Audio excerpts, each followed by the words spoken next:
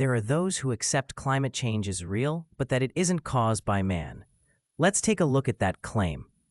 There is a natural kind of climate change that occurs. That's because the Earth's orbit and axis aren't always the same. Yeah, I was surprised to learn this too. The variations in the orbit are called the Milankovitch cycles.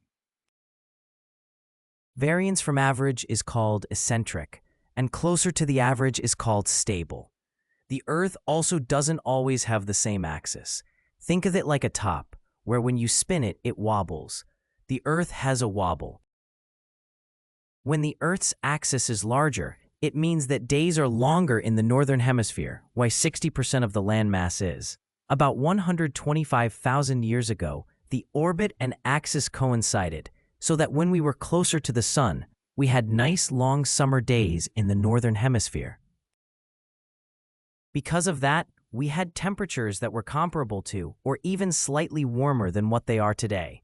And so some people try to claim that the current climate is within natural boundaries. Right now, we're pretty close to average on both. We aren't warming up because we're getting closer to the sun, or because we have longer summer days in the northern hemisphere, so natural cycles don't play into this. Back then, in the last interglacial period, or Eemian, there were also higher CO2 levels. Estimates range from around 280 to 300 parts per million. So naysayers claim that CO2 levels also spike naturally. Here's the problem with that.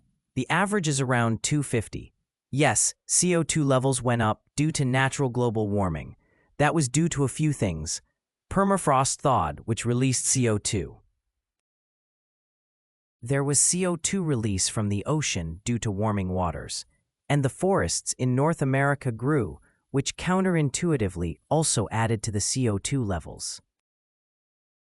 That's because more forestation meant more leaves, which meant more decay, and that meant more microbial breakdown. And that microbial breakdown turns oxygen into carbon. So we went from around 250 ppm to around 300 ppm at most. To sum up, there is a natural cycle. It does account for temperatures similar to today, and it did cause CO2 to go up. But cause and effect aren't the same. 125,000 years ago, we were in a natural warming cycle, which caused CO2 to go up slightly. But right now, we're not in a natural warming cycle, and the axis isn't giving us longer days, so that won't account for either higher CO2 levels or warming temperatures.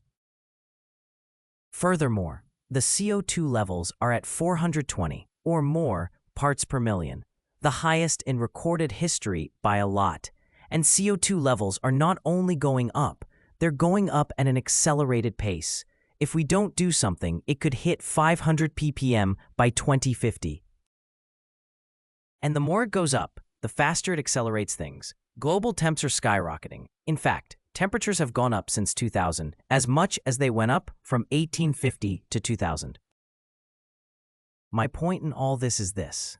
125,000 years ago, a coincidence of the natural cycle of the Earth's rotation and axis caused the Earth to warm, which caused a natural release of CO2. Those factors today don't exist. Today, we have CO2 levels that could be double pre-industrial age averages in another 20 to 25 years. This is causing a boost in temps at a rate we've never seen. We're not seeing a boost in CO2 due to natural warming. We are seeing a boost in warming due to a boost in CO2 and other greenhouse gases. Science, dude.